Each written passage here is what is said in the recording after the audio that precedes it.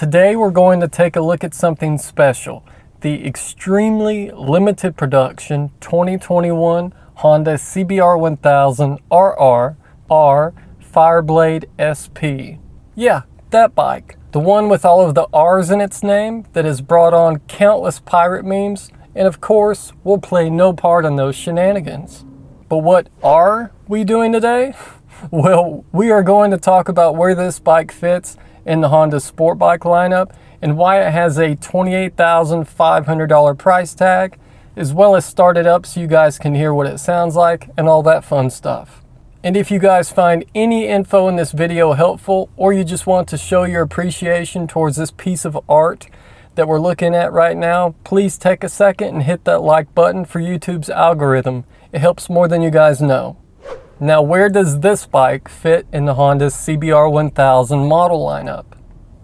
Technically, that depends on where you live, as Honda has some weird stuff going on right now with the CBR1000 platform. For 2021, Honda makes 3 different CBR1000 models. You have the CBR1000RR-R Fireblade SP that you're looking at right now, which is the cream of the crop, the best of the best from Honda, and that's why it has a $28,000 price tag.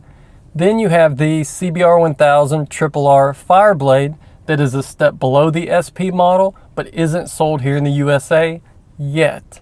Followed up by the CBR1000RR, which is now technically the prior generation at $16,499 that used to also have an SP variant, and in its last year production, it was $19,999 in 2019. Trust me, it can get confusing, but up until 2020, the Fireblade and CBR1000RR were one and the same. Honda just didn't market the Fireblade nameplate in the USA, and you saw the CBR1000RR sticker instead of the CBR Fireblade sticker. Now, before we start to get into some of the features and specs on this bike, there is so much technology crammed into it that it would take me hours to really dive in depth and go over it all. And that leads me to a shameless plug. Check out the link below and head over to HondaProKevin.com, where I go into a lot more of the research and development that went into this bike, as well as just more info overall on this model. I want to take a quick second and say thank you to Southern Honda Power Sports for opening their doors to me and allowing me to come pick through their inventory for these videos. They are a massive Honda Power Sports dealer here in Chattanooga, Tennessee, with tons of inventory from new Hondas to used Harleys and everything in between that they sell to people from all over the USA. So check out the link in the description below and head over to their website to see if they can save you some money on your next toy. And now that we've got that out of the way, let's get into some info on this bike and explain why it has a $28,000 price tag. First up, you only have one color option, and Honda calls it the HRC Tricolor. Her curb weight comes in at 443 pounds, and she has a 4.3 gallon fuel capacity with a 32.6 inch seat height and a 57.3 inch wheelbase. Up next, we'll dive into the chassis. The main frame is constructed from 2mm aluminum and allows a much more accurate tuning of the rigidity balance. Comprised of 4 components, this new main frame attaches to the engine in 6 locations to improve rigidity for a more precise handling feel. Vertical and torsional rigidity were increased by 18% and 9% respectively, with horizontal rigidity decreased by 11%, and it was all aimed at maximizing rider feel. The wheelbase is now 57.3 inches, with a rake and trail of 24 degrees by 4.01 inches, compared to the previous model's 55.3 inch wheelbase with a 23 degree rake and 3.77 inch trail. The new chassis delivers an even more solid feel during acceleration and high speeds, while retaining its precise handling character that Honda has been known for years. Balance and center of gravity has been revised as well. The crankshaft is 33 millimeters farther from the front axle and raised 16 millimeters. This evens out weight distribution, while the higher center of gravity reduces pitch and improves side-to-side agility. Then you have round, thin wall aluminum tubing, which forms the minimal subframe. It also mounts to the frame from the top rather than the side like the prior models to narrow the area around the rear of the fuel tank and seat, providing a compact and aerodynamically efficient riding position. The handlebar position was moved forward for leverage and the foot pegs were moved back and up.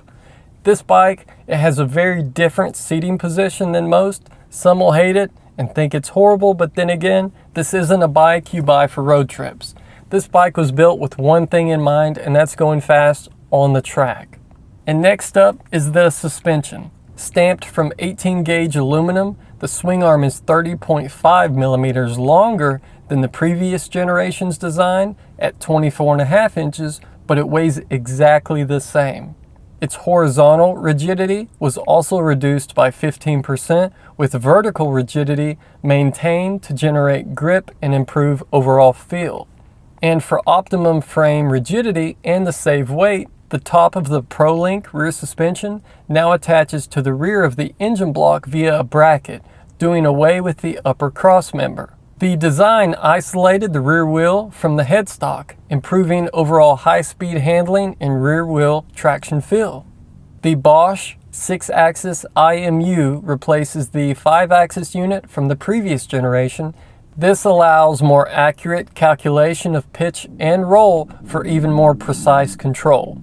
This bike is also equipped with Showa's new Honda Electronic Steering Dampener, HESD, a lightweight through rod design that mounts on the bottom of the steering stem and attaches to the bottom triple clamp. HESD is controlled by input from wheel speed sensors and the IMU, and there are 3 levels of control available.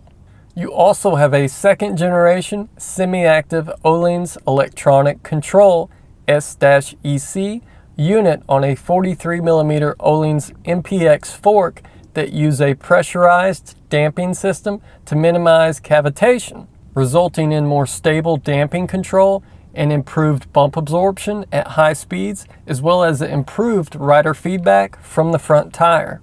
In conjunction with the hardware upgrade, the Öhlins Objective-Based Tuning Interface, OBTI, now offers much finer suspension adjustment front and rear. Both can be set independently from the default settings, and 3 individual modes can be set and stored, allowing the rider to configure multiple settings for a track and switch settings instantly while riding. And next up, when it comes to the wheels and brakes, it has Brembo Stylema 4-piston radio-mounted brake calipers that are operated by a Brembo master cylinder and brake lever. They now grip 10mm larger 330mm diameter discs. The 5mm disc thickness also dissipates heat more efficiently. And the rear brake caliper is the same Brembo unit used by the RC213VS. Rear lift control and ABS managed brake force relative to learning angle were a feature from the previous generation bike. On this model, the system gains 2 switchable modes. Sports mode focuses on road riding performance with high brake force and less pitching, while track mode offers braking performance tailored to much higher speeds that are usually encountered in track conditions. The 6-inch wide rear wheel features new hub geometry to save weight while maintaining rigidity. It mounts a 255/17 tire, an increase from the previous model's 190/50/17, minimizing the change in chassis geometry when switching from street to track rubber, and the front tire still holds the same 120/70/17 as the previous model. And next up, we'll get to the engine. It's a real masterpiece, as this thing pumps out 214 horsepower at 14,500 RPM and 83 foot-pounds of torque at 12,500 RPM. On the engine alone, I could spend 30 minutes talking about all of the cool little tidbits of info that make this bike special, but we don't have the time, so I'm going to mention that link one more time below to head over to HondaProKevin.com if you're the type of person that loves that detailed info. Now, the engine shares a close kinship with Honda's legendary RCV MotoGP platform. The combustion, efficiency, and friction reduction are key attributes of this new engine, which now features the same over-square 81mm bore and 48.5mm stroke as the RC 213VS. A radical change from the 76 by 55mm bore and stroke of the previous RR platform. The new dimensions give this bike the largest bore size among inline 4-cylinder 1000cc machines. The valve actuation incorporates new finger follower rocker arms, doing away with the shim under bucket design of the previous valve train, reducing inertial weight by approximately 75%. Diamond-like carbon DLC on the cam lobes, just like the RC 213VS, is a first for mass production motorcycles and reduces valve train friction by 35% compared to non-DLC coated lobes for increased power. The valve train is driven by a new patented semi-cam gear train system in which the cam chain is driven by the timing gear located on the crankshaft via the cam idle gear, making it shorter in length.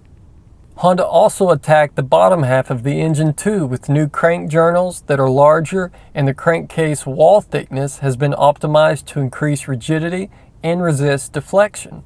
Reciprocating mass has also been decreased thanks to forged lightweight titanium connecting rods and rod caps that are 50% lighter than their steel counterparts. It also has new pistons forged from A2618 aluminum, the same as the RC213, for lightweight strength and durability. Each piston is 5% lighter than those found in the previous generation RR, and the piston skirts now feature an Ober coating that has a Teflon and molybdenum base and nickel phosphorus plating in the piston pin clip groove for increased high RPM wear resistance.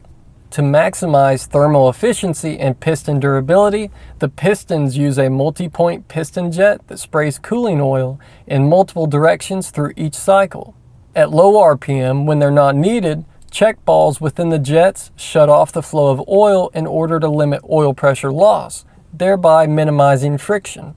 And even though they've made all of these changes to eke out a 200 plus horsepower figure, the maintenance schedule didn't take a beating, thankfully, and as you can see here, it won't break the bank to maintain this bike if you do plan to really ride it and put some miles on it. And next up, we'll get to the electronics on this bike, as that is what really helps you ride these modern day leader bikes that are pushing over 200 horsepower to the ground. The throttle-by-wire system, which was originally developed for the RC 213VS, has been improved for more immediate response in part throttle applications, such as gradual opening on corner exit, to minimize any delay in torque delivery. There are 3 default riding modes, with options to change engine output and character.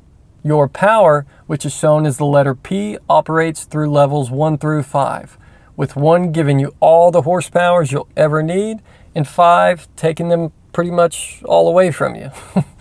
Engine braking, referred to as the letters EB, manages performance on a closed throttle through levels 1 through 3, with 1 being the strongest engine braking possible.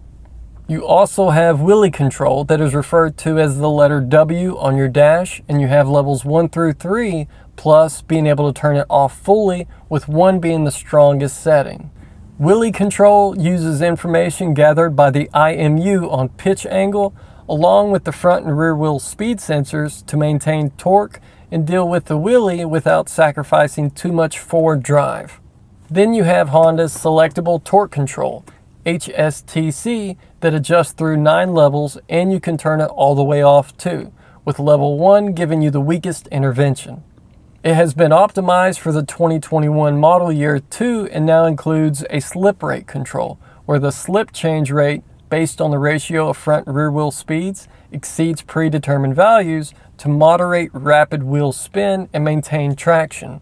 In conjunction with the existing outright slip control, the HSTC system is designed to be smooth in operation while ultimately helping build your confidence in the bike itself. And this bike is also equipped with a start mode for race starts. It limits the engine's RPM at 6, 7, 8, and 9,000 RPM set points, even with a wide open throttle, letting you focus more on the clutch release. A quick shifter is also fitted as standard on this model, with both up and down shifting available. And last but not least, we have the dash setup where you control all of these electronics that we just went over. It has a full color 5-inch TFT screen that has a higher resolution than anything Honda has done in the past and is fully customizable to show you exactly what you want to see. But how do you control it? The compact left-hand switchgear houses a 4-way switch. It's fast and easy to use. It has top and bottom buttons to set riding mode parameters, while the left and right buttons cycle screen display information. This bike also has Honda's new smart key system.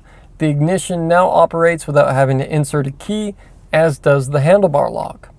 And next up, we'll start it up so you guys can hear what it sounds like in stock form, and then we'll go over a few more things.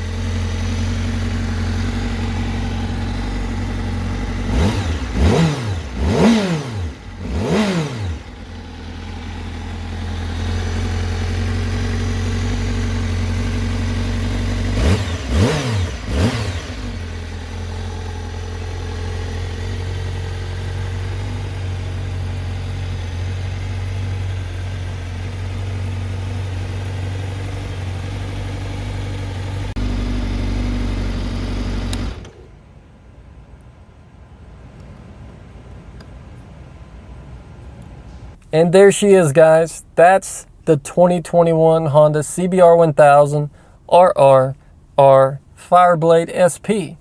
What do you guys think about it? Is there anything you wish Honda would have done differently?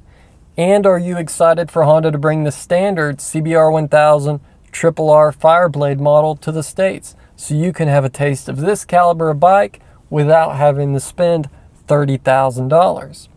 But that'll do it for this video, guys. I doubt many of you are still here, as this was a long video, but thanks again for all of the continued support lately. I really appreciate it, and we'll see you in the next one.